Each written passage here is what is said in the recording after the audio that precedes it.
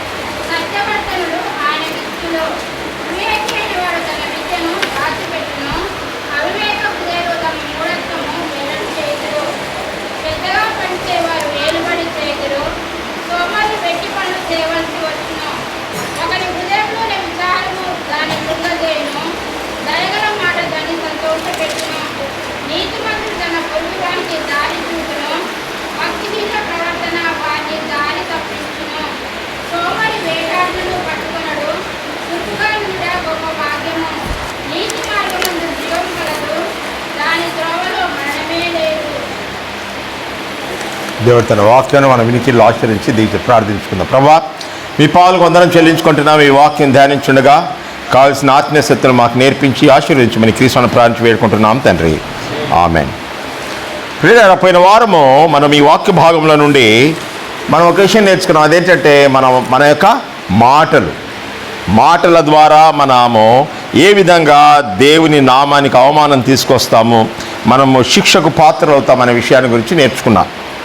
తర్వాత ఇక మనము 22వ వచనం నుంచి 17 నుంచి కిందికి వచ్చినప్పుడు ఒక విషయాన్ని ఈరోజు మన అంశం ఏంటంటే 22వ వచనం, అబద్ధమాడు పెదవులు యెహోవాకు హేయములు, సత్యవర్తనులు ఆయనకు ఇష్టులని రాయబడి ఉంది.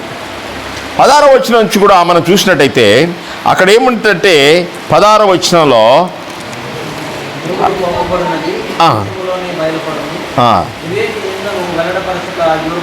అంటే అనాలోచనకరమైనటువంటి మాటలు మాట్లాడడం అనే విషయాన్ని గురించి మనం చూసాం.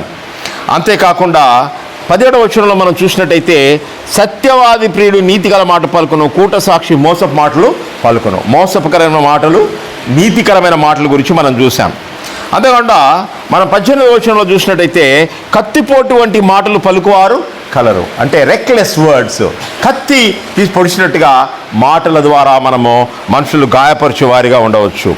అంతేకాకుండా ఇక మనం 19వ వచనంలో మనం చూసినట్టయితే నిజమాడు పెదవులు నిత్యం స్థిరమై ఉండును, అబద్ధమాడు నాలుక క్షణము మాత్రమే ఉండును. అంటే నీతిని, యథార్థత మరియు అబద్ధ జీవితాన్ని గురించి మనము చూసింటున్నాం. అంతేకాకుండా ప్రియులారా, 20వ వచనంలో మనం చూసినట్టయితే కీడు కల్పించు వారి హృదయంలో మోసము కలదు. కీడును కల్పించే వారి హృదయంలో మోసము కలదని చూస్తుంటున్నాం. సమాధానపరచుటకై ఆలోచన చెప్పువారు సంతోషభరితులవుదురు. ఇక్కడ మనం ఏం చూస్తున్నామండి?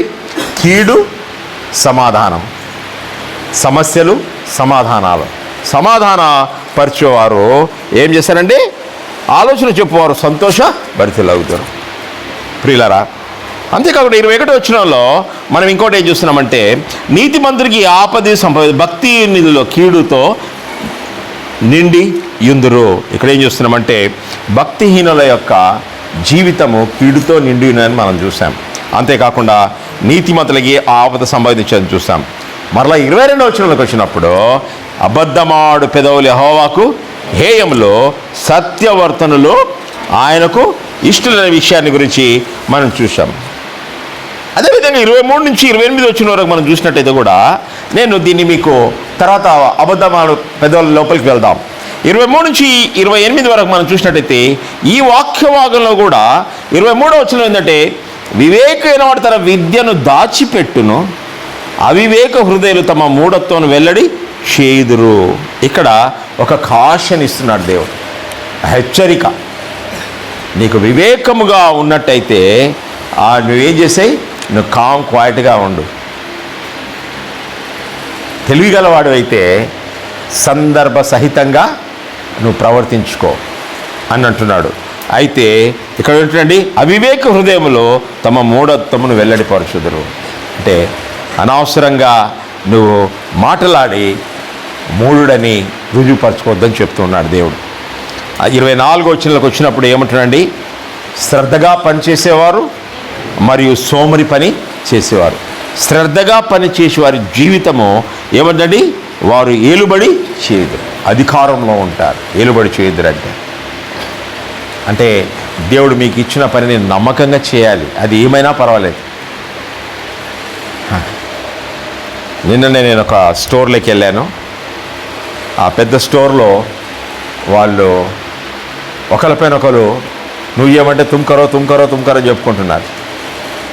నన్ను పిలిచి నేను చెప్పాను, ఉద్యోగం లేకపోతే ఉద్యోగం కావాలంటారు, ఉద్యోగం ఇస్తే మీరు ఇంతమంది ఉన్నారు పని చేయరు, జీతం ఇవ్వకపోతే మీకు ఊరుకోరు కదా. ఇక్కడ మీరు చేస్తే ఎక్కడ ఏ స్థితిలో ఉన్నప్పటికీ కూడా శ్రద్ధగా పని చేసినట్టయితే నువ్వు హెచ్చింపబడతావు. యవనస్తులు జాగ్రత్త. మీరు ఏ కంపెనీ లేకపోయినా నమ్మకంగా అప్పచెప్పిన పనిని మీరు శ్రద్ధగా చేసినట్టయితే తప్పక మీరు జీవితంలో మీరు హెచ్చింపబడతారు. నీ అధికారి ఎంత అన్యాయస్తుడైనా యథార్థంగా పనిచేసే వాడిని పోగొట్టుకోడు. ఏమండి, వాడు పోగొట్టుకోడు. ఒకవేళ పోగొట్టుకున్నా నీకు వెంటనే జాబ్ నెక్స్ట్ డోరు రెడీగా ఉంటుంది. ఎందుకంటే అది నీ స్ట్రెంగ్త్. కాబట్టి మనము శ్రద్ధగా సోమరి ఏమవుతుందండి, సోమరి ఏమంటున్నాడు అక్కడ, వాడి జీవితం ఏమవుతుందండి, సోమరి వెట్టి పనులు చేయవలసి వచ్చును. సోమరికి అంటే వెట్టి పని అంటే ఫ్యూచర్ లేదు. There is no future for lazy fellows. ఏమండి, కొంతమంది ఏమంటారు, ఏం చేస్తున్నామంటే పని వెతుకుతున్నాము అంటారు. నెల రోజులైన తర్వాత ఏం చేస్తున్నామంటే పని వెతుకుతున్నాము అంటారు. 2 నెలలైనా పని వెతుకుతున్నాం అంటారు. ఈ బొంబాయి పట్టణంలో అలాంటి వారిని నేను లేజీ ఫెలోస్ అంటాను. పని కొన్నిసార్లు నువ్వు అనుకున్నట్టుగా దొరకకపోవచ్చు, కానీ పని మటుకు తప్పక దొరుకుతుంది. నువ్వు అనుకున్న పని దొరకకపోవచ్చు, నీ కూర్చొని మేనేజర్ పోస్ట్ కావాలంటే దొరకకపోవచ్చు నీకు, ఎందుకంటే నీకంటే ముందు మేనేజర్లు ఉన్నారు అనుభవం గలవారు. కానీ ఏ పని దొరికితే అక్కడ చేయాలి. సోమరిపోతుగా పని పాటలు అక్కడ తిరగడము, అది నీవు వాళ్ళు ఏం చేస్తారంటున్నారు, ఒకరోజు వెట్టి చాకిరి చేసే సమయం వస్తుంది. జాగ్రత్తని ఇక్కడ మనం హెచ్చరిస్తుంటున్నాడు. 25వ వచనంలో మనం చూసినట్టయితే, ఒకరి హృదయంలోని విచారము దాన్ని కృంగజేయును, దయగల మాటలు దాన్ని సంతోషపెట్టును అంటున్నాడు. అది హృదయాన్ని గురించి మాట్లాడుతూ దయగల మాటలు, తర్వాత ఆయాసంలో ఉన్న వారిని ఆనందపరిచే మాటలు కూడా ఇక్కడ మనం చూస్తుంటున్నాం. ప్రియులారా, ఇక్కడ 27వ వచనంలో మనం చూసినట్టయితే అక్కడ ఇంకొకటి ఏంటి, సోమరి వేటాడినను పట్టుకొనడు, చురుకుగా నుండివాడు గొప్ప భాగ్యం అని చూస్తుంటున్నాం. 28వ వచనంలో నీతి మార్గమందు జీవం కలదు, దాని త్రోవలో మరణము లేదని చెప్పి ఈ యొక్క వాక్యం ఈ విధంగా ఈ యొక్క అధ్యాయాన్ని మనము అర్థం చేసుకోవచ్చు. సరే, నేను ముగించే ముందు ఈరోజు ఇక్కడ ప్రత్యేకంగా 22వ వచనంలో మనము ధ్యానిద్దాం. అది దీనికి మూలమైనటువంటి విషయం. అబద్ధమాడు పెదవులు యెహోవాకు హేయములు, సత్యవర్తులు ఆయనకు ఇష్టలు. అబద్ధం అంటే ఏంటి? అబద్ధం అంటే హెబ్రూ భాషలో దాని అర్థము ఫాల్స్హుడ్, అంటే యథార్థమైనది కాదు. అబద్ధం అంటే ఇంకో మాట దానికి మోసం అని అంటారు. అబద్ధం అంటే ఏదో ఒకటి దాచిపెట్టే విషయము అని మనం చూస్తుంటున్నాం. సత్యాన్ని బయలుపరచకపోవడం అనే విషయాన్ని గురించి చూస్తుంటున్నాం. ప్రియులారా, ఈ అబద్ధం విషయము మనం ఆలోచించినప్పుడు ప్రియులారా, దేవుడు ఈ అబద్ధికులను చాలా ఖండిస్తూ ఉంటున్నాడు. బైబిల్ గ్రంథంలో మొట్టమొదటి ఎవరు అబద్ధం ఆడారండి? ఎవరండి? హవ్వ, ఆదాము. మొట్టమొదటి అబద్ధం ఏమండి? మొట్టమొదటి అబద్ధము వాళ్ళే ఆడారు. మొట్టమొదటి అబద్ధం వాళ్ళే ఆడారు దంపతులు. కాబట్టి ప్రియులారా, అక్కడి నుంచి ఆరంభమైంది. అవిధేయత ద్వారా దేవుని సహవాసాన్ని వారు పోగొట్టుకోగలిగారు. అది చూసినట్టు ప్రియులారా, ఈ యొక్క క్రైస్తవ జీవితంలో ఈ అబద్ధం అనేది ఎంత ప్రాముఖ్యమైనదో మనము ప్రాముఖ్యమైన పాపము దానికి ఎంత హానికరమైనదో మనం దేవుని వాక్యంలో మనం చూడాలన్నట్టుగా.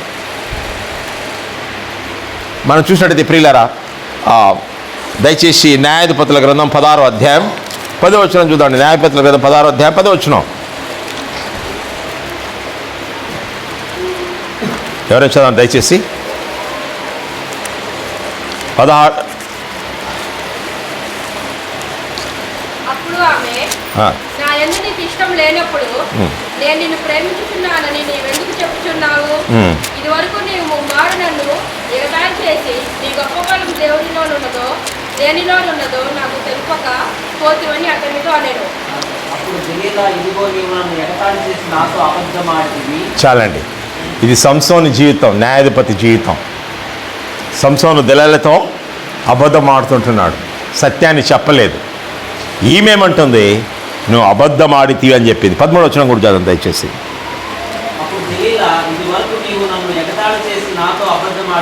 ఇది వరకు నాతో ఎగతాళి చేసి నువ్వు నాతో అబద్ధం ఆడితివి. అబద్ధం, ఒక న్యాయాధిపతి అబద్ధం ఆడినట్టుగా మనము దేవుని వాక్యంలో మనకు రాయబడి ఉన్నట్టుగా మనం చూస్తుంటున్నాం ప్రియులారా. అంతేకాదండి, దొంగ సాక్ష్యం కూడా ఉండకూడదు. లేవీకాండం 6వ అధ్యాయం 2-3 వచనాలు చూడండి. లేవీకాండం 6వ అధ్యాయం 2-3 వచనాలు.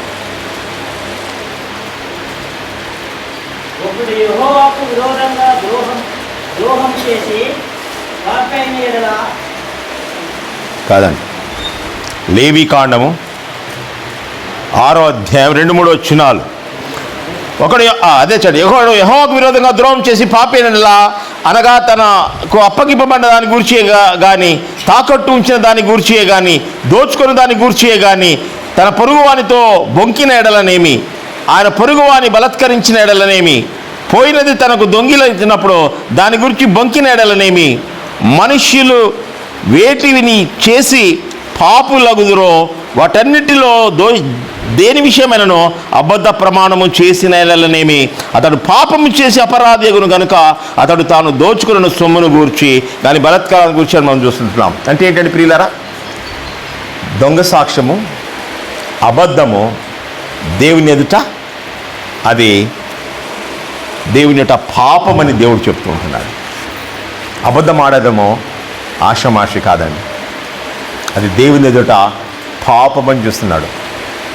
దొంగ సాక్ష్యం, అబద్ధ సాక్ష్యం కూడా అది పాపమని దేవుడు ఇక్కడ మనకు తేటగా బోధిస్తుంటున్నారు ప్రియులారా. అంతేకాదండి, మనం చూసినట్టయితే కేవలం మనుషులే కాదు, రాష్ట్రాలు కూడా అబద్ధాలు ఆడతారు, సాక్ష్యాలు కూడా అబద్ధ సాక్ష్యాలు ఉంటాయి. దాన్ని కూడా మనము దేవుని వాక్యంలో దాన్ని కూడా దేవుడు మనకు బోధిస్తుంటున్నాడు. దయచేసి ఇర్మియా గ్రంథం 14వ అధ్యాయం 14 వచనం చూద్దామండి. యెహోవా నాతో ఇట్లా, నేను ప్రవక్తలు నా నామమును బట్టి అబద్ధములు ప్రకటించుచున్నారు, నేను వారిని పంపలేదు, వారికి ఆజ్ఞ ఇయ్యలేదు, వారితో మాట్లాడలేదు, వారు అసత్య దర్శనమునకు శకునము మాయంత్రమునకు తమ హృదయమున పుట్టిన వంచనను ప్రకటన చేయుచున్నారు. ఎవరి గురించి చెప్తున్నారండి? ప్రవక్తలను, దేవుని నామానికి ప్రతినిధులుగా ఉన్న వారి గురించి చెప్తున్నాడు. సరే, ఈ అబద్ధ ప్రవక్తలను మనం ఏ విధంగా కనిపెట్టాలి? మీరు వాక్యానుసారమైన సంఘంలో మీరున్నారు. ఎవరైనా ఇక్కడ నుంచి బోధించేవారు ఏ విధంగా మొట్టమొదటిగా ఏం చేయాలండి? మొట్టమొదటిగా బోధించిన వ్యక్తి అతడు రక్షణ అనుభవం ఉండాలి, అతడు దేవునితో నడిచేవాడిగా ఉండాలి, వాక్య విధేయతలు నడిచేవాడిగా ఉండాలి. బోధించే బోధ అది ఏం చెప్తున్నాడనేది మీరు జాగ్రత్తగా పరీక్షించాలి. ఆయన చెప్పే జోకులు కాదు ఇంపార్టెంట్, ఆయన చెప్పే కట్టుకథలు కాదు.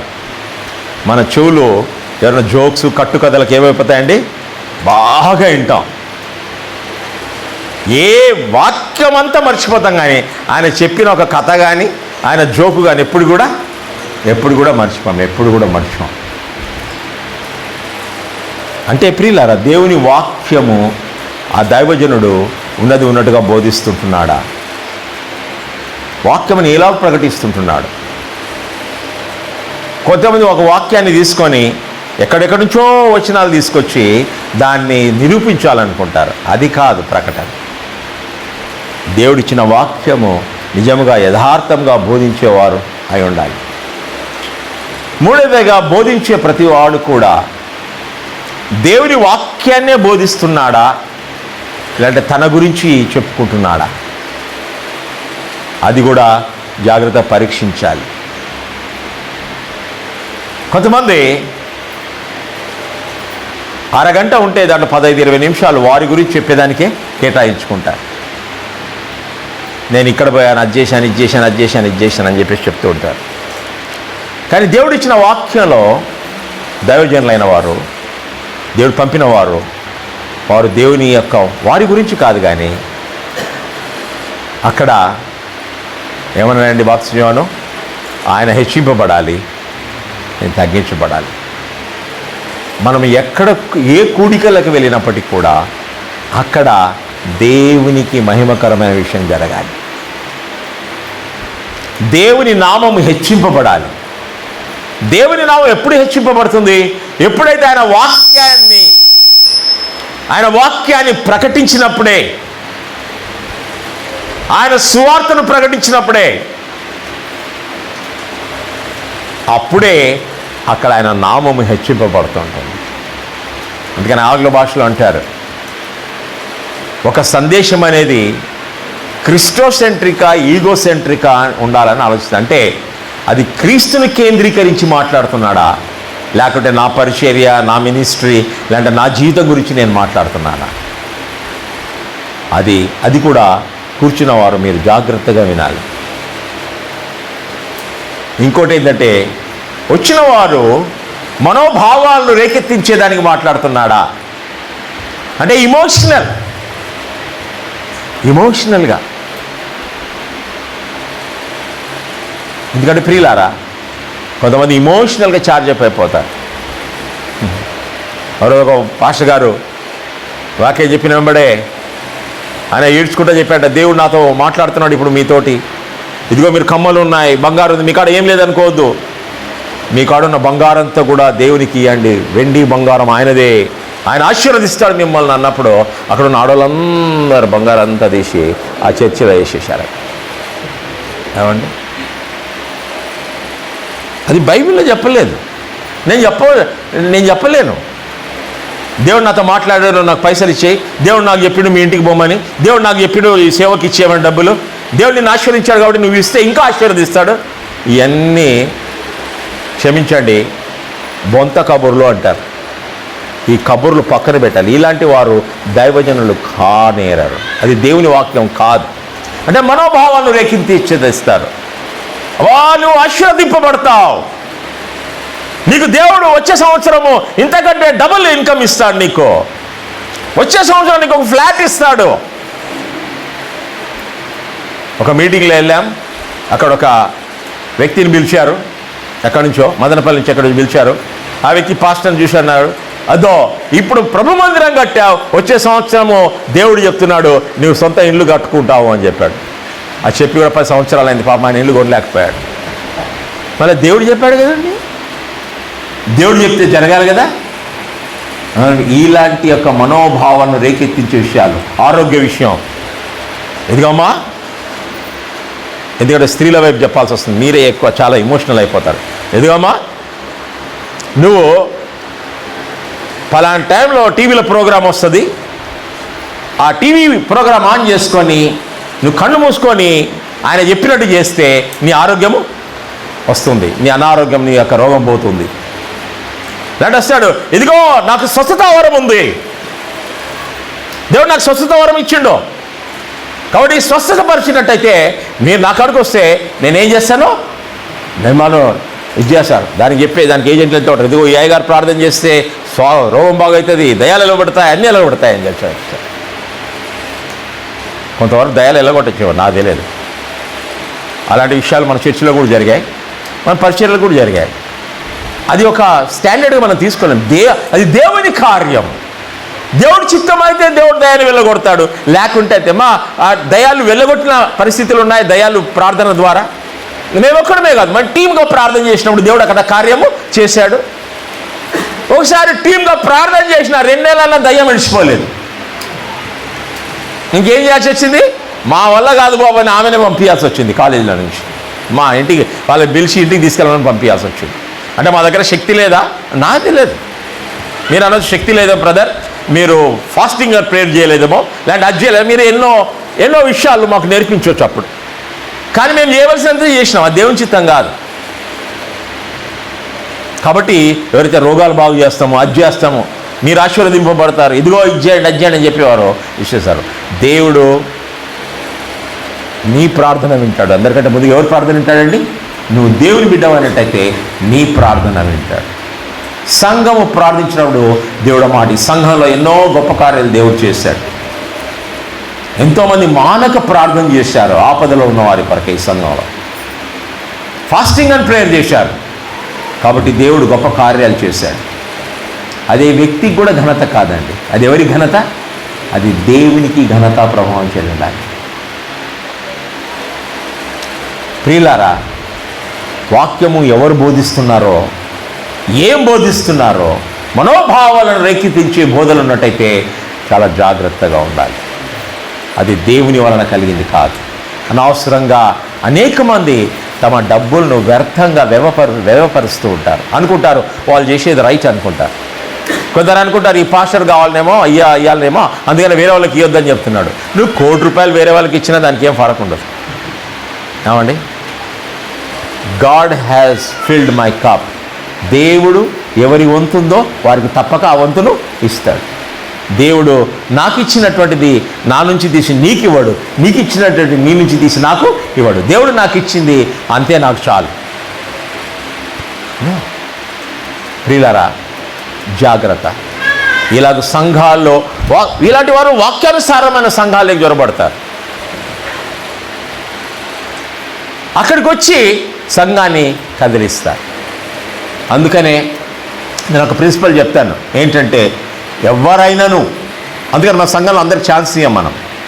నేను చెప్తాను కూడా, దయచేసి మీరేమి రికమెండేషన్ తీసుకురావద్దు, మా బంధువులు మా వీళ్ళు వాళ్ళని చెప్పి తీసుకురావద్దు. నో, మన సంఘం ఒక స్టాండర్డ్ అనేది సెట్ చేశాం. ఎవరికంటే వారికి వచ్చేసి ఏదో కబుర్లు చెప్పి పోయేదానికి మనం ఇచ్చేదానికి టైం లేదు. దాపంలో మేము లేము, దాని కొరకు కాదు. 89వ సంవత్సరం నుండి క్యాల్వరీ బ్యాప్టిస్ట్ బైబిల్ కాలేజ్ నడిపిస్తున్నాం. అక్కడ ఒక తరబీదు అనేది ఇస్తుంటున్నాం. వాక్యం అంటే ఏంటి, ప్రకటన అంటే ఏంటి, హీబ్రూ భాష ఏంటి, గ్రీక్ భాష ఏంటి, ఇవన్నీ నేర్పిస్తుంటున్నాం. కాబట్టి ఎవరంటే వారు వచ్చి వాక్యం ప్రకటించినప్పుడు ఇక్కడ ఉన్నటువంటి విద్యార్థులు వాళ్ళ మాటలు విన్నట్టయితే కాలేజీలో వాళ్ళు ఏం చేస్తారో అపహసిస్తారు. చర్చిలో ఒక విధంగా, ఏంటి కాలేజ్. అందుకని మేము చాలా జాగ్రత్తగా ఉంటాం. ఎవరైనా వచ్చినట్టయితే నెంబర్ 1 నేనేం చెప్తానంటే, వారు ఏ సంఘానికి చెందినవారు, ఆ పాస్టర్ గారు సంఘాన్ని నడిపిస్తున్నాడా, ఆ సంఘము వాక్యానుసారంగా ఉందా. రెండవది, ఆయన పాస్టర్ గారు అయినట్టయితే ఆయన భార్యను బిడ్డలను చక్కగా పోషిస్తున్నాడా, వారి బాధ్యత చక్కగా వహిస్తున్నాడా, ఆయన మంచి సాక్ష్యం కలిగి ఉన్నాడా. ఇది చాలా ఇంపార్టెంట్ అండి. ఎక్కడి నుంచో వచ్చేసి మన దగ్గర వాక్యానికి వచ్చినప్పుడు, మనకు తెలిసినప్పుడు, ఆ వ్యక్తి యొక్క జీవితం బాలేని తెలిసినప్పుడు మనము దేవుని నామానికి ఏం చేశామండి, అవమానము కలిగజేశాం. కాబట్టి దేవుడు మనకు బాధ్యత ఇచ్చాడు. ఈ విషయాలు జాగ్రత్తగా మనం గమనించాలి. కాబట్టి మన వాక్య భాగాలకి మనం వచ్చినట్టయితే, ఈ యొక్క అబద్ధం ఆడకుండా ఈ యొక్క దుర్బోధకులను దూరం పెట్టే విషయాన్ని గురించి దేవుడు చెప్తున్నాడు ఇక్కడ. అందుకనే ఏమంటున్నాడు ఇర్మియా గ్రంథంలో, ప్రవక్తలు నా నామం నుండి అబద్ధములు ప్రకటించు. ఎవరి నామను ప్రకటిస్తుంటున్నారు? నా నామమును అంటున్నాడు యెహోవా దేవుడు. అందరు బైబిల్ పట్టుకొనే వస్తారు. బ్రదర్, ఆయన కూడా యేసుప్రభు మాటలే చెప్తున్నాడు. దయ్యం కూడా యేసుప్రభు మాటలు చెప్తాడు కదా. దయ్యం కూడా యేసుప్రభు మాటలేదు. నాకు యేసు ఎవరు తెలుసు, పౌలు ఎవరో తెలుసు, నువ్వెవరు రా అన్నది దయ్యం. ఆయన నామంలో దయ్యాలు గడగడ వణికిపోతాయి. ఆయన నామంలో మోకాళ్ళు వంగుతాయి దయ్యాలు. ఏమండి? యేసు నామం, యేసు ప్రభు పేరు పెట్టుకొని అందరు యేసు ప్రభు. ఎవరైనా పెద్ద భగవద్గీత తెస్తే మీరు రాని మనం చెప్పేదానికి అవకాశం ఇస్తామా? లేదుగా. ఖురాన్ తెచ్చి పట్టుకొని వస్తే ఇస్తామా? బైబిల్ పట్టుకొని వస్తే అమ్మో బ్రదర్ గారు మన సోదరుడు అంటాం. కానీ అది కూడా ఆలోచించాలి, నిజంగా అది వాక్యానుసారమా కాదా. అంటే కొన్నిసార్లు అనుకో మీరే రైటా సార్ అంటాం లేదు, నేనే రైట్ అని చెప్పడం లేదు. కానీ దేవుని వాక్యాన్ని ఎత్తి పట్టుకొని దాన్ని ఆనర్ చేసి గౌరవించి దానికి భయంతో వణుకోతో సేవ కొనసాగించి దానికి ముందు కొనసాగాలని మేము ప్రయత్నిస్తుంటున్నాం. ఏమండి, అబద్ధాలు ఆడుతూ దేవుని నా నామమున అబద్ధాలు ఆడుపడుతున్నాను, నేను వారిని పంపలేదు. ఏమండి, ఇవాళ రేపులో దేవుడు పంపని సేవకుల సంఖ్య ఎక్కువైపోయింది. ప్రతివాడు రిటైర్మెంట్కు ముందు ఆంధ్రాలో గమనిస్తున్నాం, అంతలక్క తెలుగు ప్రజలో రిటైర్మెంట్కు ముందు దేవుని సేవ మతికొస్తుంది వాళ్ళకు. రిటైర్మెంట్కు ముందు అని చాలా ఖండిస్తాను నేను. యవనములో కాడివేట నరునికి మేనను అంటే దేవుని సేవ చేయొద్దటం లేదు, రిటైర్ అయిన తర్వాత సేవ చేయండి. కానీ ఈడ నిలబడే వాక్యం చెప్పాలి, ఈడున్నని పక్కకు పెట్టండి, మేము వాక్యం చెప్తాము. ఒక ఆయన వచ్చాడు, మీరు పాస్టర్కి ఎంత జీతం ఇంత ఇస్తుంది, నాకు ఒక్క పైసా ఇవ్వద్దు, నాకు దేవుడు బాగా ఇచ్చాడు, నాకు పెన్షన్ వస్తుంది, నేను వాక్యం చెప్తా, మీ పైసలు మీరు ఉంటాయి, నా సేవ జరుగుతుంది అంటారు. ఇదేంటండి, మా పాస్టరు పక్క తప్పుకున్నాడు, తర్వాత ఎంతో కష్టపడ్డాడు, ఈయన వచ్చి దాన్ని ఆక్యుపై చేసేసాడు. అక్కడి తర్వాత ఆయన నష్టపోయాడు అనుకుంటే ఎక్కువ కాలం బతకలేదు. నేను ఎందుకు చెప్తున్నాను ప్రియులారా, ఈ దినాల్లో దేవుని పంపని వారు చాలామంది ఉన్నారు. రిటైర్మెంట్కి ముందు ఏ ఉద్యోగం లేకపోతే ఆస్తి యొక్క దీంతో పెద్ద ప్రాపర్టీ ఉంటుంది అనుకోండి, ఇది వేరే వాళ్ళు ఎవరైనా తీసుకుపోతారేమో, అందుకని వాడే చేయాలి, నా కొడుకు తాగుపోతేనా తిరిగిపోతేనా తిండిపోతేనా మనం తీసుకొచ్చి పెట్టేసేదాంలే, దేవుడు పిలిచాడు వాడు.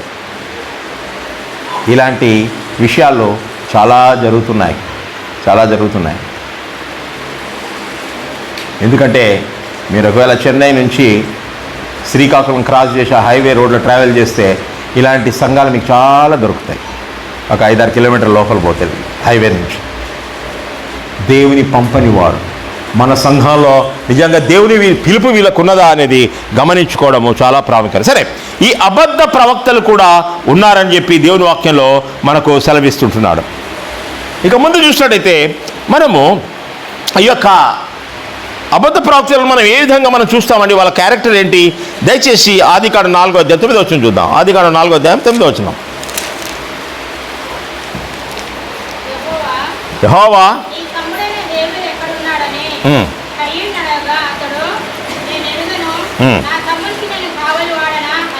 చాలండి, మనకు తెలుసు కయీను ఆబేలు కథలు మనకు తెలుసు. ఆబేలు ఇచ్చినటువంటి యొక్క బలి అర్పణ దేవుడు అంగీకరించాడు, కయీను అర్పణ దేవుడు దాన్ని అంగీకరించలేదు. కయీను కోపంతో తమ్ముడిని చంపేశాడు. తమ్ముడిని చంపేసిన తర్వాత దేవుడు వచ్చి అడిగితే ఏమంటున్నాడండి? నేను ఎరగను అంటున్నాడు. ఎవరితో అంటున్నాడు ఆ మాట? దేవునితో అంటున్నాడు, నేను ఎరగను అంటున్నాడు. అంటే కొన్నిసార్లు సూటిగా జవాబు ఇవ్వం, మనం అబద్ధం ఆడేస్తాం. నాకేం తెలుసు, పలానోళ్ళు ఇది చేశారు, నువ్వు చూసావా? నాకేం తెలుసు, నా జల్లే తెలుసు, నన్ను అడగొద్దు, నన్ను ఇరికి వద్దంటారు కొంతమంది. కొత్త విషయం ఏమన్నా నన్నైతే ఇరికి వద్దంటాడు. ఏమండి, అది క్రైస్తవ పద్ధతి కాదు. నీ మాట అవునంటే అవును, కాదంటే కాదన్నట్టుగా ఉండమంటే. కయీను దాన్ని ఇంగ్లీష్ అంటారు ఇవేజివ్ ఆన్సర్, అంటే సూటిగా జవాబు చెప్పలేకపోయాడు, అబద్ధం ఆడాడు కయీను. ఇక రెండో విషయం చూసినప్పుడు దయచేసి యాకోబు జీవితాన్ని మనం చూద్దాం. 27వ అధ్యాయం, ఆదికాండం 27వ అధ్యాయం 10వ వచనంలో ఇక్కడ యాకోబు ఇక్కడ ఏం చేస్తున్నాడండి, ఇస్సాకుకు ఆయన వృద్ధాప్యంలో ఆశీర్వదించాలని ఏం చేశాడు? వెళ్ళి నా కొరకు వేట మాంసం తీసుకురమ్మని చెప్పాడు. వేటాడి మాంసం తీసుకురమ్మంటే అక్కడ పెద్ద కొడుకు ఏషావు వెళ్ళాడు, ఆయన హంటింగ్ కొరకు వెళ్ళాడు, వేటాడకి వెళ్ళాడు. అక్కడ యాకోబు ఆ యొక్క తల్లి ఇద్దరు ఒక మంచి స్కీమ్ తయారు చేసి ఆయన తండ్రి దగ్గరికి వెళ్ళాడు. తండ్రి దగ్గరికి వెళ్ళినప్పుడు ఏమన్నాడండి, దయచేసి చదవండి ఆ వచనం.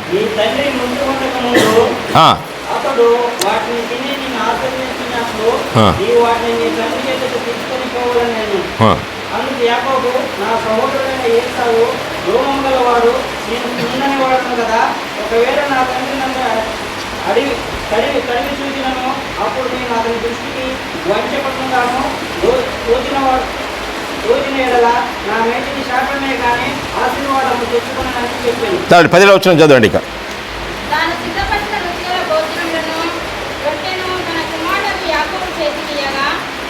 తన తండ్రి వద్దకు వచ్చి నా తండ్రి అని పిలవగా అతడు ఏమి నా కుమారుడా నీవెవరివని అడిగాను. అందుకు యాకోబు నేను ఏషావును నీ జ్యేష్ఠ కుమారుడను, నీవు నాతో చెప్పిన ప్రకారం చేస్తున్నాను. నీవు నన్ను దీవించకై దయచేసి లేచి కూర్చుండి నేను వేటాడి తెచ్చిన దాన్ని తినమనెను. ఏమనండి అబద్ధం ఆడాడు. 20 వచనాలు ఇంకో అబద్ధం ఆడుతున్నాడు, చదవండి. అప్పుడు ఇస్సాకు నా కుమారుడా ఇంత శీఘ్రంగా అది నీకెట్లు దొరికినని అడగగా అతడు నీ దేవుని యెహోవా నా ఎదుటికి దాన్ని రప్పించ చేదని అని చెప్పాను. ఇక రెండోది ఏం చెప్తున్నాడండి? దేవుడే రప్పించాడు అంటున్నాడు. ఈ బోధకులు కూడా దేవుడే పంపించాడు అంటారు కదండి. దేవుడు రప్పించాడా? యాకోబు అబద్ధం ఆడాడు. ప్రియులారా, అతడు తన జీవితంలో అబద్ధ విషయంలో ఆయన తర్వాత ఎన్నో అనుభవించాల్సి వచ్చింది. సరే, ఇక మూడో విషయంలోకి మనం వెళ్దామండి. 2వ రాజుల గ్రంథం 5వ అధ్యాయం మనం చూసినట్టయితే అక్కడ మనందరికి తెలిసిన కథ, అక్కడ నయమాను కథను మనం చూస్తాం. నయమాను సిరియా దేశంలో ఒక అధికారిగా, సేనాధిపతిగా ఉన్నాడు. నయమాను చాలా బలాఢ్యుడు. నయమాను ఆయన పరాక్రమం గలవాడు అని మనం చూస్తుంటున్నాం. ఆయన పరాక్రమశాలి అయి ఉండను, కానీ కుష్ఠరోగిగా ఉన్నాడు. అయితే సిరియా అప్పుడు సూపర్ పవర్. అయితే అప్పుడు దైవజనుడు అక్కడ ఉన్నాడు. అక్కడ దైవజనుడు ఎవరండి? ఆయన ఎలీషా. ఎలీషా అక్కడ ఉన్నట్టుగా మనం చూస్తుంటున్నాం. అక్కడ చిన్న చెప్పింది, నువ్వు ఆ యొక్క దైవజనుడి దగ్గరికి వెళ్ళినట్టయితే అతన్ని స్వస్థపరుస్తాడన్నాడు. అప్పుడు అతడంతా తను తాను అన్నీ సిద్ధం చేసుకొని ఆయన దైవజనుడు ఉన్న స్థలానికి బయలుదేరి వెళ్ళాడు. వెళ్ళిన తర్వాత అక్కడ దైవజనుడు ఆయన ఏం చేశాడంటే ఆ మాట విని ఆయన సర్వెంట్ చెప్పాడు, అయ్యా ఇటు ఒక్కడు వచ్చారు కుష్ఠరోగంతో, ఆ సిరియా ఆయన నీతోటి స్వస్థత కొరకు వచ్చాడు అన్నాడు. ఎలీషా చెప్పాడు, అయ్యా వానికి చెప్పాయా వెళ్ళి యోర్దాను నదిలో 7 మార్లు మునుగు స్వస్థపరుస్తాడన్నాడు. అంటే ఆయన ఎలీషా చెప్పిన మాట వినగానే అతడు చాలా ఏమనండి రౌద్రుడైపోయాడు. రౌద్రుడైతడి అతడు 11 వచ్చిన అందుకునే కోపం తెచ్చుకొని తిరిగి పెట్టలేను. అతడు నా యొద్దకు వచ్చి నిలిచి తన దేవుడైన యెహోవా నామమును బట్టి తన చెయ్యి రోగముగా ఉన్న స్థలం మీద ఆడించి కుష్ఠరోగమును మాన్పునని నేను అనుకుంటుని. ఈయన ఎక్స్పెక్టేషన్ చాలా ఉంది. కొన్నిసార్లు అండ్యూ ఎక్స్పెక్టేషన్తో దెబ్బతింటాం. ఏమంట? దైవజనుడు రావాలి, ఆయన ఎదురు నిలబడాలి, ఆ కుష్ఠరోగం పుణ్య అక్కడ చేయి పెట్టాలి, అప్పుడు ప్రార్థన చేయాలి దేవుని పేరు మీద అని అనుకుంటున్నాడు. కానీ దైవజనులు కుష్ఠరోగిని వారు ముట్టుకోరు, ఎందుకంటే ధర్మశాస్త్ర ప్రకారం. అయితే ఈయన ఒక రౌద్రంతో తిరిగి వెళ్ళిపోయాడు. వెళ్ళిపోతున్నప్పుడు ఏమైందంటే అతని సేవకుడు చెప్పాడు, ఆయన చెప్పి నేను తప్పు కాదు కదా, 7 సార్లు మునుగా మన ట్రై చేయి, వై డోంట్ యు ట్రై అన్నాడు. అంతే, ఒకసారి ట్రై చేయండి సార్. ఏమవుతుంది? సరేలేరా నీ మాట ఏంటానని చెప్పేసి నీళ్ళలో మునిగాడు. ఒకసారి మునిగాడు చూసుకున్నాడేమో, రెండోసారి మునిగాడు చూసుకున్నాడేమో, ఏం కాలేదు. 7వసారి మునిగేసరికి ఏముందండి అక్కడ? అతని దేహము పసిపిల్ల కుష్ఠరోగం అంతా పోయి అతని దేహం ఎలాగైందండి? అతడు 14 వచ్చి అతడు పోయి దైవజనుడు చెప్పినట్లు యోర్దాను నదిలో 7 మార్లు మునగగా అతని దేహం పసిపిల్ల దేహం వలనైనను అతడు శుద్ధుడాయను. ఏమండి? దేవజనుని మాట విన్నప్పుడు శుద్ధుడయ్యాడు. దాని తర్వాత అతడు ఎంతో బంగారు వెండి ఏందెందుకు తీసుకొచ్చాడు అన్నాడు. అయ్యా ఇదిగో గిఫ్ట్ అన్నాడు. ఈ దినాల్లో ప్రవక్తలు అయితే ఏమన్నారు? ఏంది నువ్వు ఇంత పెద్ద మనిషి కొంచెమే తీసుకొచ్చా, ఇంకొంచెం పంపిపోయి బాగైనావు కదా, ఇంకేం కావాలి, ఇంకొంచెం పంపు, నాకు చాలా పని ఉంది, మినిస్ట్రీ ఉంది అని చెప్పేవారు. కానీ ఆయన ఏం చెప్పాడు? నాకు నో, ఐ డోంట్ వాంట్, నాకేమొద్దు. అయ్యో ఏంటది? ఏమన్నాడు? నాకు వద్దన్నాడు. ఎలీషా ఏమన్నాడండి? ఎవరి సన్నిధిలో నిలబడి నాను ఇశ్రాయేలు దేవుడైన యెహోవా జీవంతో నేనేమి తీసుకోనని చెప్పాను. నయమాను అతను ఎంత బతిమాలను అతడు ఒప్పకపోయాను. నాకు వద్దన్నాడు. I don't want. ఇప్పుడు కూడా కొద్దిగా దైవజనులు ఉన్నారండి, అన్యుల యొద్దకు పోయినప్పుడు వాళ్ళకి ప్రార్థన చేసినప్పుడు వాళ్ళకి స్వార్థ పడించిన తర్వాత వాళ్ళు కానుకలు ఇస్తే వాళ్ళు తీసుకోరు. నో, నీ హృదయం దేవునికి ఇస్తేనే అప్పుడు నీ డబ్బులు దేవుడు అంగీకరిస్తాడు. నువ్వు విచ్చలవిడిగా జీవిస్తూ ఏదో నువ్వు చేసే పాపాలలో ఇంకా ముందుకు పోవాలనుకొని ప్రార్థన చేయించుకొని దొంగ వ్యాపారం చేస్తున్నావు, అబద్ధ సాక్ష్యాలు చెప్తున్నావు, దాంట్లో ఆశీర్వాదం కావాలని ప్రార్థన చేయించుకొని నువ్వు ₹1,00,000 చెక్ ఇచ్చినా కూడా అది నీకు ఆశీర్వాదకరము, పుచ్చుకున్నవాడికి ఆశీర్వాదం కాదు, ఇచ్చినోడికి కూడా ఆశీర్వాదకరము కాదు. దేవుడికి ఏం కావాలి? నీ హృదయం, విరిగిన హృదయం ఆయనకు నీ హృదయం కావాలి, నీ జీవితం మార్చుకోవాలి. అది దేవునికి కావాల్సింది, నీ డబ్బు కాదు. డబ్బు దేవుడు ఎక్కడైనా ఇస్తాడు, ఎప్పుడైనా ఇస్తాడు, ఒకవేళ ఇవ్వకపోయినా పర్వాలేదు. కానీ యథార్థవంతమైన జీవితము అది చాలా ప్రాముఖ్యమైనది. అయితే ఆ స్థితిలో ఎలీషా ఉన్నప్పుడు గేహాజీ ఏం చేశాడండి? ఇక మనము 21వ వచనం నుండి కింద వరకు చదవండి దయచేసి త్వరగా. నయమానును కలుసుకొనుటకై పోచుండగా, నయమాను తన వెనుక నుంచి పరుగున వచ్చుచున్న వాణ్ణి చూసి తన రథం మీద నుండి దిగి వాణ్ణి ఎదుర్కొని "ఏమమ్మా?" అని అడిగాను.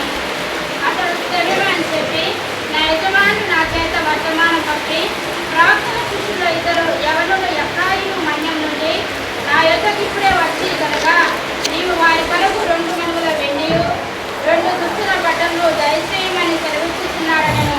అందుకు నయమాను, నీకు అనుకూలమైతే రెట్టింపు వెండి తీసుకోమని బతిమాలి 2 సంచులలో 4 మణుగుల వెండిని కట్టి 2 దుస్తుల బట్టలిచ్చి తన పనివాళ్ళు ఇద్దరి మీద వాటిని వేయగా వారు గేహజీ ముందర వాటిని మోసుకొని పోయి మెట్ల దగ్గరకు వారు రాగానే వారి యొక్కని గేహజీ వాటిని తీసుకొని ఇంటిలో దాచి వారికి సెలవీయగా వారు వెళ్ళిపోయి. చాలండి, ఒక్క నిమిషం ఆగండి. అక్కడ గేహాజీ ఏమనుకుంటాడంటే కొన్నిసార్లు మన వాడుక భాషలో బొంబాయిలు అంటారు కదండి, హుషారిది కాతాయని. గేహాజీ అనుకున్నాడు, పోయాడు, మా యొక్క ఎలీషా మా సార్ ఓల్డ్ అయిపోయాడు, ఆయనకు మతి చక్కగా లేదు, ఇంత మంచి బంగారు వెండి ఇస్తుంటే ఈయన వద్దంటున్నాడు, ఈయనేం మనిషియా, సరేలే అది ఆయన విషయం ఆయన చూసుకుంటాడులే, నేను పోయి ఏం చేస్తాను, నేను పోయి తీసుకో, నాకన్నా ఆయన కొద్దా కూడా నాకు వద్దా, నేను తీసుకుంటానని తీసుకొచ్చాడు. ఏమండి, వెళ్ళి అబద్ధం ఆడాడు. ఇప్పుడు ఒక దైవజనులు వచ్చారు, వాళ్ళ బట్టలు కావాలి, వారు యవనస్తులు, దయచేసి ఇవ్వమంటే ఆయన తీసుకుపోమని ఇచ్చాడు, సంతోషంగా ఇచ్చాడు.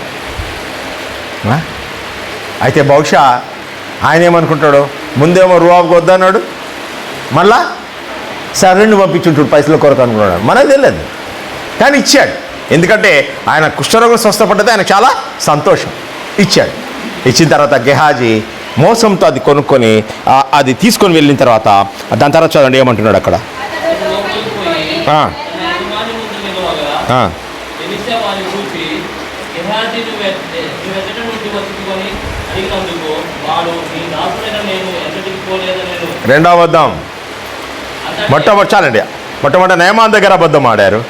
ఇప్పుడు ఎక్కడికి పోయామంటే నేను ఎక్కడికి పోలేదంటారు.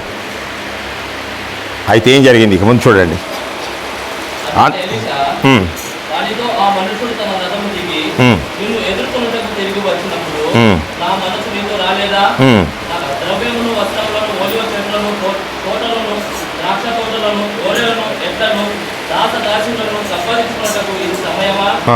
కాబట్టి నయమానుకు కలిగిన దుష్టును నీకును నీ సంతతిని సర్వకాలములకు అట్టి ఉండును అని చెప్పగా వాడు మంచు వలె తెల్లనైన కుష్ఠం కలిగి ఎలీషా నుండి బయటికి వెళ్ళాను. చాలండి, తిరిగిలారా. ఏమైందండి? ఒక అన్యుడు కుష్ఠరోగం పోగొట్టుకున్నాడు, దైవజనుడి దగ్గర ఉండి ఆయన చేసిన కార్యాలను చూశాడు, ఆయన చెప్పే మాటలు రెగ్యులర్గా వింటున్నాడు, ఆయనలో దేవుడు ఎంత శక్తిమంతుడైన విషయాన్ని కూడా తెలుసుకున్నాడు. ఆ వ్యక్తి ఏమైపోయాడండి? కుష్ఠరోగి అయిపోయాడు. మన క్రైస్తవ సంఘాల్లో కూడా అదే పరిస్థితి అవుతుంది. వాక్యం వింటాం, దేవుని సహవాసంలో ఉంటాం, దైవజనులతో కలిసి మాట్లాడతాం, దేవుని హెచ్చరికలు వింటాం, కానీ మన జీవితాలు మటుకు మన జీవితాలు మారవు. మన ఆలోచన ఎప్పుడు ఏమి తిందామో, ఏమి త్రాగుదామో, ఎంత సంపాదించుకుంటామో, వేరే వాళ్ళతో మనం ఎప్పుడూ ఇంతే లోకరీతి అని ఆశ. అందుకనే ఎలీషా అన్నాడు, ఇది సమయం కాదు, నువ్వు తప్పని చేశావు, ఆ కుష్ఠరోగం నిన్ను పట్టుకుంటుంది అన్నాడు. ప్రియులారా, మన జీవితంలో అనేకసార్లు శాంతి సమాధానాలు లేకుండా ఉంటాం. ఎందుకంటే దేవుని వాక్యాన్ని పెడచెవిని మనం పెడుతూ ఉంటాం. ఇట్లయినా విడిచి పెడతాం. మనకు కావాల్సింది అనుకూలమైన బోధలు కావాలి, మనకు నచ్చే బోధలు కావాలి. ఒక పాస్టర్ గారు దగ్గర యవనస్తుడు పోయి అన్నాడంట, మీటింగ్ అయిన తర్వాత, సార్ నువ్వు చెప్పింది నాకు చాలా మనసు బాధ అయింది సార్ అన్నాడంట. పాస్టర్ అంట, ప్రైజ్ ద లార్డ్, దేవుడు తన కార్యాన్ని చేశాడు. నీకు మనసు బాధ అయితే మంచిదే, నీకు ఎందుకు మనసు బాధ అయిందో, ఏ మాటతో మనసు బాధ అయిందో పేపర్ రాసుకొని నేను చెప్తాను, నా ఆఫీస్కి వచ్చి కలిసమని చెప్పాడు. ప్రియులారా, మనం దేవుని సన్నిధిలో సహవాసంలో ఉన్నప్పుడు, దేవుడు మనతో మాట్లాడినప్పుడు దాన్ని పెడచెవిని పెట్టదు. ఈ సంఘానికి కాపరిగా దేవుడు నాకు ఇచ్చాడు బాధ్యత. ఎవరో బెంగళూరులో ఉన్న టీవీ ఎవాంజలిస్ట్కి కానీ, హైదరాబాద్లో ఉన్న ఇంకో ఎవాంజలిస్ట్కి కానీ, లేకుంటే చెన్నైలో ఉన్న ఇంకో ఎవాంజలిస్ట్కి కానీ ఇవ్వలేదు ఈ బాధ్యత దేవుడు నాకు అప్పచెప్పాడు. ఈ బాధ్యతను నేను నిర్వహిస్తాను దేవునికి. కానీ ఒకవేళ ఈ వాక్యము నువ్వు విని పడిచేని పెట్టినట్టయితే నష్టపోయి నువ్వే. అబద్ధం ద్వారా మన జీవితాలను పోగొట్టుకుంటాం. అందుకనే అబద్ధం విషయం మాట్లాడుతూ యేసుప్రభువు ఏమన్నారండి? యోహాను రాసిన సువార్త 8వ అధ్యాయం 42 నుంచి 44 వరకు చదవండి. యోహాను రాసిన సువార్త 8వ అధ్యాయం 42 నుంచి 44 వరకు చదవండి.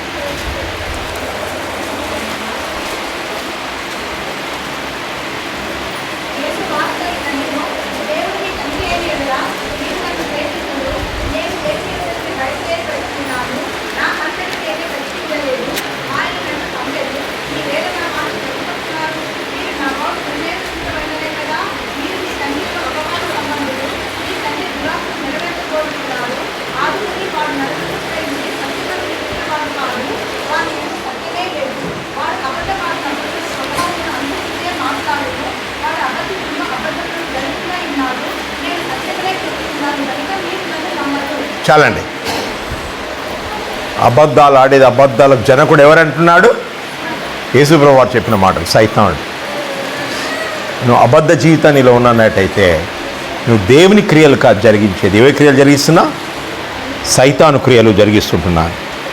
చాలా జాగ్రత్త సుమి మన జీవితంలో. అందుకనే మనం చూసినట్టయితే 1 యోహాను 2వ అధ్యాయం 22 వచ్చిన చూడండి. దయచేసి 1 యోహాను 2వ అధ్యాయం 22 వచ్చిన.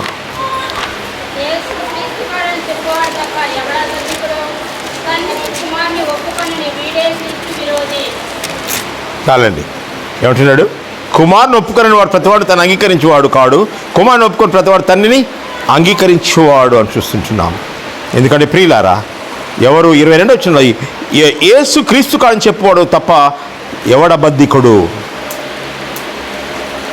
ఏంటి? యేసు క్రీస్తును అంగీకరించకుండా ఆయన రక్షకుడు కాదన్నట్టయితే వాడు అబద్ధికుడు అని దేవుని వాక్యంలో సెలవిస్తుంటున్నాడు. చివరిగా ప్రకటన గ్రంథం 21వ అధ్యాయం 27 వచ్చిన చూద్దాం. ప్రకటన గ్రంథం 21వ అధ్యాయం 27 వచ్చిన. లేచి చదవండి. 22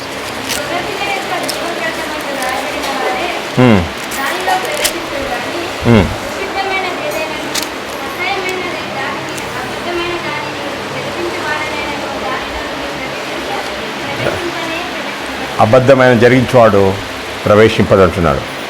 మొట్టమొదటిగా ప్రియులారా, నేను ముగించక ముందు అడుగుతున్నాను, నువ్వు మారుమనసు పొందావా?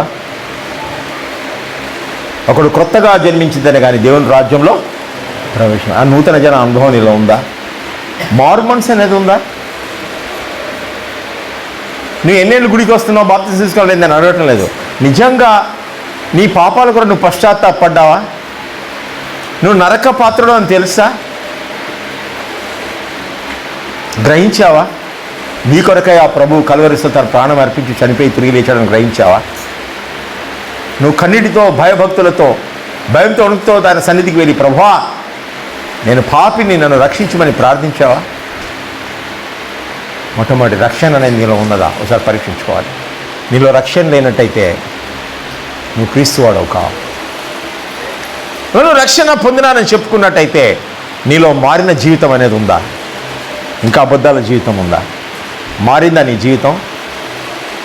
నువ్వు రూపాంతరం చెందావా? ఎవరైనా నువ్వు నిజంగా యేసుక్రీస్తును కలుసుకొని ఆయన రక్షణను పొంది ఆయన నడిచేవాడు ఎవరు కూడా వాడి జీవితం ఎప్పటికి కూడా మారిపోతుంది. అతడు లోకరీతిగా ఉండడు, వాడు ఆత్మానుసారంగా ఉంటాడు. నువ్వు ఇంకా ఆత్మానుసారంగా ఉండకుండా లోకరీతిగా నడుస్తున్నావు. నీ మాటలు, నీ క్రియలు అబద్ధ జీవితంలో నువ్వు ఉన్నావంటే ప్రియులారా, నీ జీవితంలో నష్టపోతావు. నువ్వు దేవుని వాడవు కావు. కొంతమంది అంటారు, మీరు అంటారు మీకేం తెలుసా లోకంలో అబద్ధం ఆడకపోతే పని జరగదు, ఆడిడ అబద్ధాలు ఆడాల్సి వస్తుంది అంటారు. అని దేవుని వాక్యంలో ఉందా?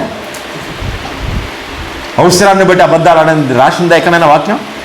ఉంటే మీరు ఎవరైనా చూస్తే దయచేసి నాకు చూపించండి. మీరు దాన్ని చూపించి బాగా దాని విషయం రాస్తే నేనే డాక్టరేట్ ఇప్పిస్తాను మీకు ఒక యూనివర్సిటీ నుంచి. ఉందండి? అవసరాన్ని బట్టి అబద్ధాలు ఆడాలని ఉందా? రాసింది ఎక్కడ? దేవుని ఆజ్ఞలో ఒక ఆజ్ఞ ఏంటిది?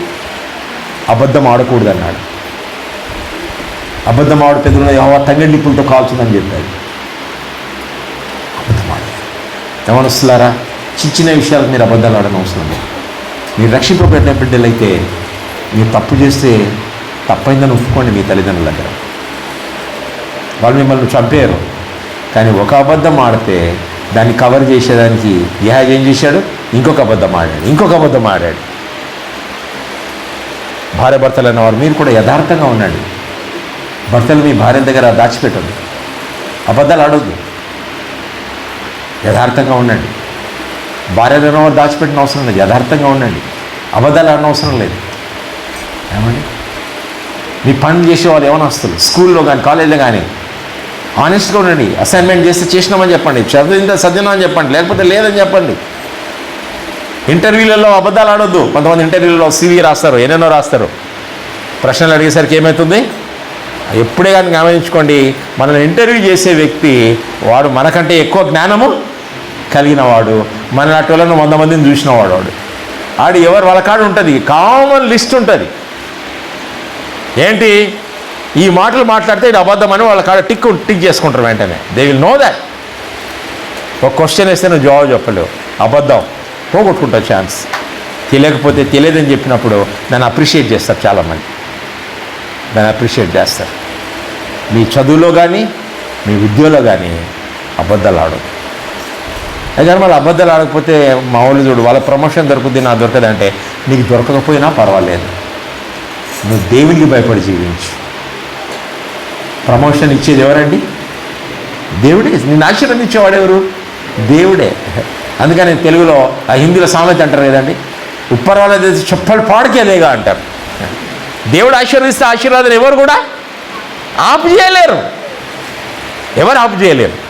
కానీ మనం ఆయనకి యథార్థంగా ఉండి ఆయన కొరకు జీవించినట్టయితే మనం దేవుడు మనల్ని ఆశీర్వదిస్తాడు. ఇదే క్రైస్తవ జీవితము. మీరు వెళ్ళకముందు ఆలోచించుకోండి, ఇంటికి వెళ్తూ ఈరోజు ఏం చెప్పారు పాస్టర్ గారు? నా జీవితంలో ఇలాంటివి ఉన్నట్టయితే ప్రభా నాతో మాట్లాడు, నన్ను క్షమించు, నేను నీకు నమ్మకంగా జీవించేదానికి, అబద్ధం ఆడకుండా సత్యంలో జీవించేదాన్ని నా సహాయం దయచేయమని మనం ప్రార్థించుకొని మనం ఇక్కడ వచ్చాం. దేవుడి ఈ వాక్యాన్ని మనం వెనుకలు ఆశ్రయించి దీవించును కాక. ప్రభా మీ పాలు కొందరం చెల్లించుకుంటున్నాం. మీ వాక్యం ద్వారా మాతో మాట్లాడారు. మేము మీకు నమ్మకంగా సత్యవంతమైన జీవితం సహాయం తెచ్చామని కృష్ణాన్ని వేడుకుంటున్నాం తండ్రి.